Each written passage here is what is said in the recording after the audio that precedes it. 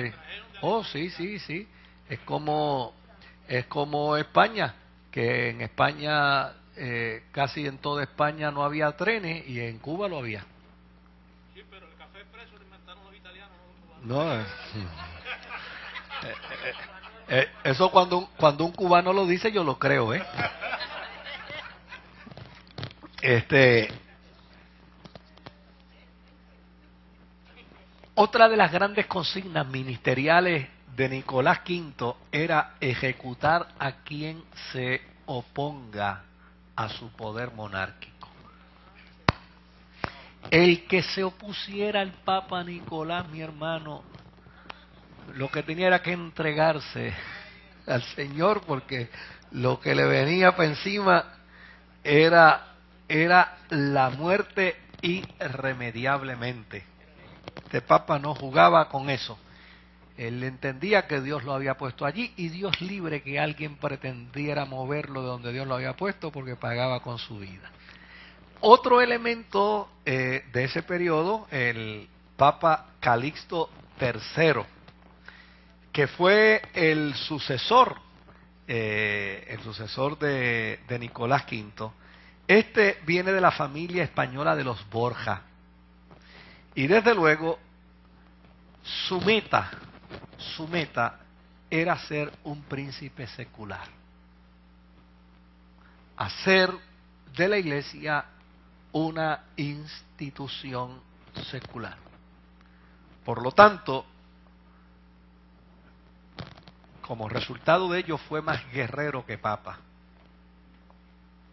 Entendió, en aquel tiempo había una amenaza bien grande de que los turcos iban a invadir Occidente. Y desde luego, pues antes que lleguen, pues mejor atacarlos. Así es que nuestro amigo, el Papa Calixto III,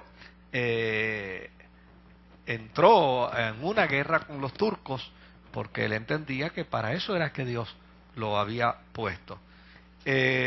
Practicó el nepotismo. Inclusive hizo a su nieto Alejandro VI, lo hizo cardenal.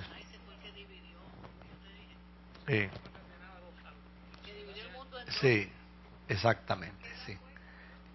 Bueno, hay algunos que dicen que lo hizo cardenal a los 15 años, hay otros que dicen, otros historiadores que dicen que fue a los 26, pero lo cierto es que de nieto a cardenal llegó sin ningún problema. ¿Verdad?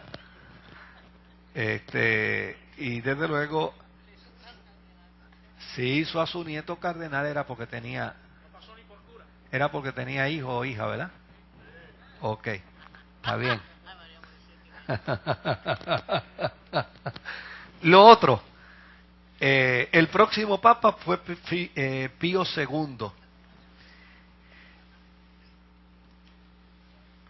Este realmente fue un buen papa.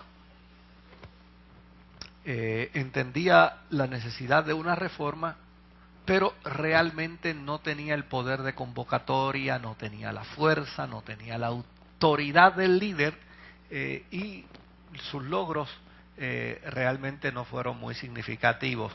Pero los historiadores dicen que tampoco los errores que cometió fueron tampoco muy significativos, así que Pío II pasa a la historia del papado como un papa benevolente, como un papa que prácticamente puede ser acepto, ¿no?, dentro de su función papal.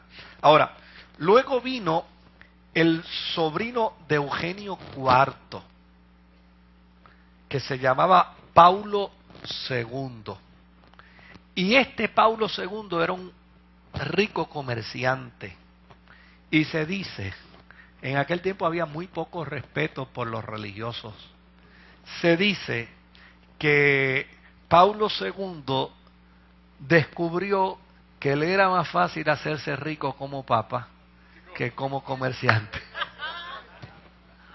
Así que optó entonces por irse al papado, porque el papado le dejaba más según las lenguas de los críticos de aquel tiempo.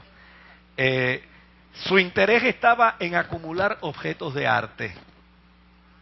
Se dice, y los historiadores prueban, que ante una cantidad enormísima de mujeres que alegaban ser sus concubinas, él no tuvo otra alternativa que admitirlo públicamente. Admitió que sí, que era cierto que todas las que decían que eran concubinas eran concubinas. De hecho, es interesante porque este papa se dedicó a restaurar la gloria de la Roma pagana, haciendo restaurar los arcos de triunfo de los emperadores Tito y de Septimio Severo. ¿Se acuerdan que hablamos tanto de Tito como de Septimio? Pues él se dedicó a restaurar todo lo que todo el legado que había dejado esos emperadores. Fíjese qué interesante, o sea, era una función totalmente secular. Esta gente no tenía tiempo para revisar la misa, no tenían tiempo para desarrollar un sermón, no, en lo absoluto. Era simplemente, ¿cuál es nuestra función? ¿Cuál es la agenda del día? Pues la agenda del día es trabajar con los arcos que dejó Tito. Pues vamos a bregar con eso. ¿Y qué es lo que? Pues vamos a bregar con esto otro. Y llana y sencillamente estaban involucrados constantemente en ello. Que le anunciaban que llegaba un artista, qué sé yo, de Oriente, yo lo quiero entrevistar. ¿A qué te dedicas? ¿Cuál es lo que tú haces con el arte? ¿Cuál es tu fuerte en el arte? Me gustaría ver tus obras de arte. Ahí se pasaba el día.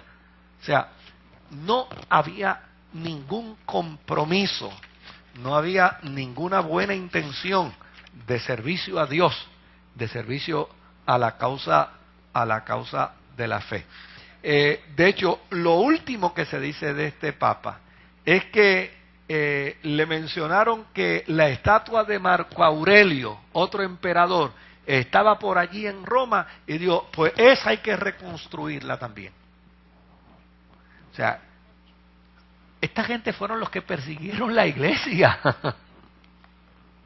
Fueron los enemigos de la fe del cristianismo. Pero sí, pero ya sencillamente ni siquiera se recordaba eso. No había ningún sentido de fe en la vida de este papado de la Edad Media. Ya sencillamente ellos estaban involucrados en otras cosas.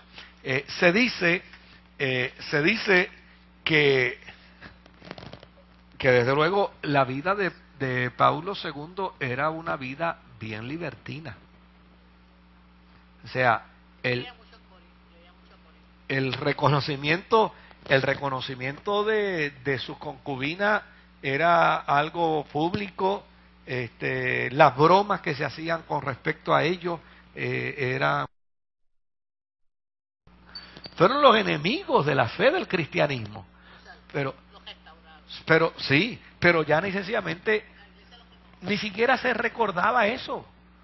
No había ningún sentido de fe en la vida. Eso mismo. La verdad que ustedes están bien cercanos a esos siglos. Pues sabe, se dice, el pueblo decía eso, que el Papa había muerto de un derrame cerebral por tanta inmoralidad sexual que cometía. O sea, ese fue el diagnóstico que la gente empezó a emitir con respecto a él. Porque ya sencillamente, pues, eso era lo que se decía de él. Murió de apoplejía, y todo el mundo se burlaba de la muerte del Papa porque decían que no podía morir de otra forma, no podía morir de otra condición, dadas las circunstancias de inmoralidad sexual que se alegaba él poseía. Luego de este papa vino entonces Sixto IV. Y Sixto IV compró el título de papa.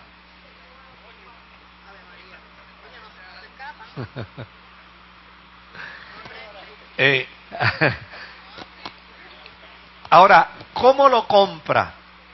Pues mire, él lo compró haciéndole regalos a los cardenales de ese tiempo.